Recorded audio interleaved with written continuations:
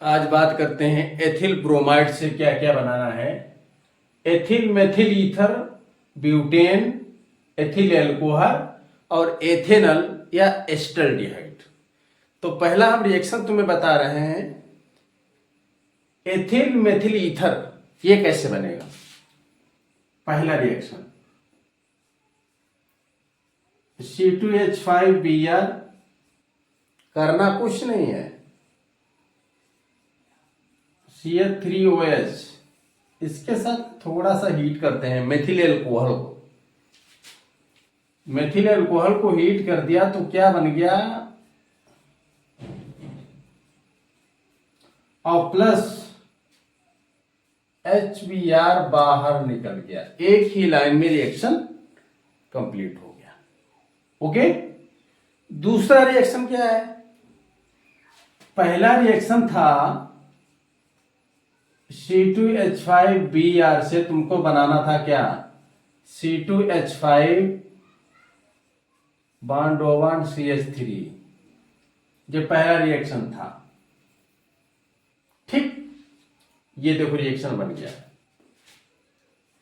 दूसरा रिएक्शन क्या है, क्या बनाना है, C2H5Br से तुमको बनाना है C4H10। जब कार्बन की श्रृंखला बढ़ानी होती है तो किस अभिक्रिया का प्रयोग करते हैं। दो अभिक्रियाएं हैं, बुटार्ज अभिक्रिया या फ्रैंकलैंड अभिक्रिया। इन दोनों में से कोई भी अभिक्रिया लगा दो, ब्यूटेन प्राप्त हो जाएगा। तो यहां पे इच्छा अनुसार आप लगा सकते हैं। देख लीजिए, C2H5Br से 2 लेते हैं प्लस Zn, ड्राई ईथर, शुष्क ईथर,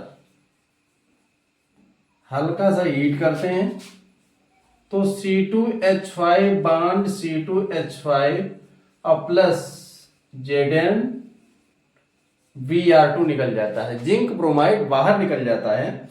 C2H5 बॉन्ड C2H5 को या करके हम लिख सकते हैं C4H10। ये क्या बन गया, ब्यूटेन। समझ में आया, वेरी सिंपल है। अगर आप अभिक्रियाएं अच्छी तरीके से याद कर लेते हैं तो रिएक्शन कन्वर्जन बनाने में कोई कठिनाई नहीं होगी। अब देखिएगा, तीसरी रिएक्शन है एथिल ब्रोमाइड से एथिल अल्कोहल बनाना है। पहले कार्बन की तुलना करने में, दोनों तरफ कार्बन बराबर है तो कोई दिक्कत नहीं होगी।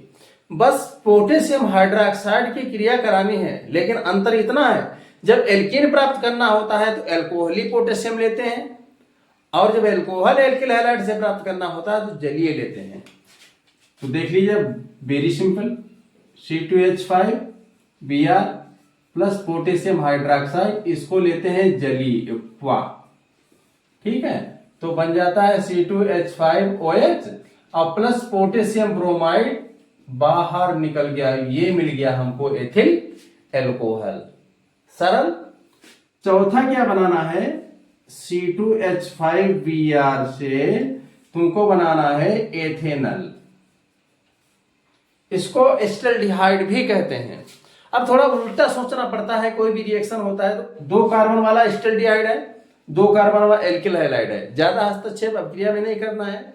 एल्डिहाइड हमेशा एल्कोहल से प्राप्त होते हैं, एल्कोहल सामान्यतः एल्किल हैलाइड से प्राप्त होते हैं। और एल्किल हैलाइड हमको दिया हुआ है, कितने कार्बन वाला दिया है, 2 कार्बन वाला दिया हुआ है। अब कितने कार्बन वाला एल्डिहाइड बनाना है, 2 कार्बन वाला बनाना है।